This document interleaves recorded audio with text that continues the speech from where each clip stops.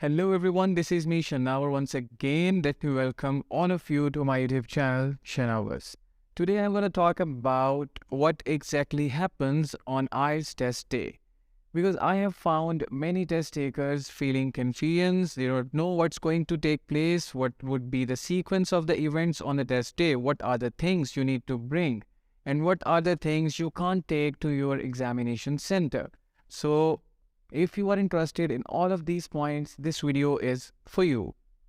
Well, on the day of your IELTS test, you could experience some anxiety. We have put together some material to assist you understand what will happen on the day of your test so that things go as smoothly as possible for you. If you plan to take IELTS exam, you must arrive early. You may find the test day timings and procedures in your confirmation email. You might not be able to take the test if you come too late. So be on time. A minimum of 3 days before the test, you will receive an email informing you of the start time. On the day of exam, modifications will be made for you if you requested specific accommodations due to a handicap or other conditions.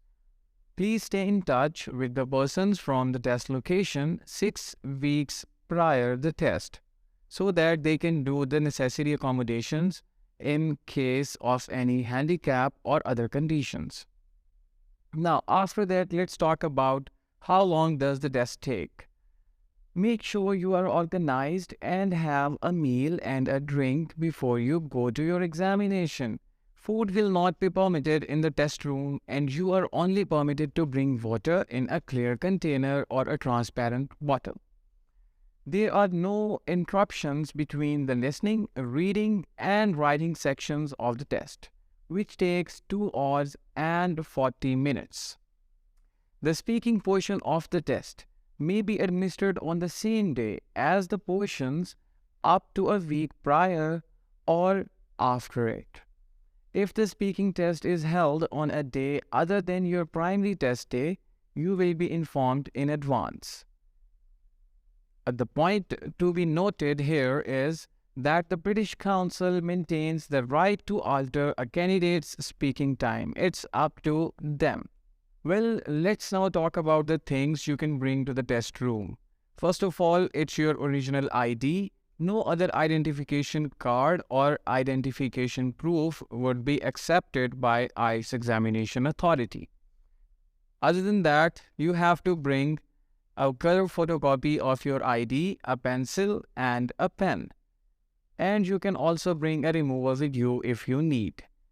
Apart from these things, I would also like to advise you to bring a transparent water bottle that is clear with you in examination center. Nothing else may be brought into the testing area. Your phone and any other technological gadgets should be turned off. These, along with other personal items, must be left out the testing area as instructed.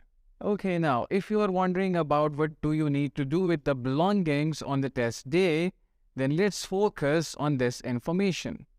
You will need to leave all of your possessions in a secure spot.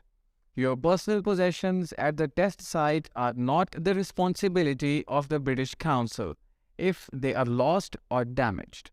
As a result, we strongly advise leaving valuables like computers and mobile phones at home. Another important thing is your identity check. So, when you arrive, a member of the IELTS test center staff will verify your identity. Please bring the same valid ID that you use to schedule your test, such as passport or national identity card. The use of expired or invalid identification documents is not permitted. You won't be allowed to take the test if you can't present a legitimate ID. The next thing is your test day photographs. As an additional security measure, your picture will be taken at the day of the test, and it will be on your test report form. So, what happens at the end of the IELTS test? Until the invigilator gives you the okay to leave the room, remain seated.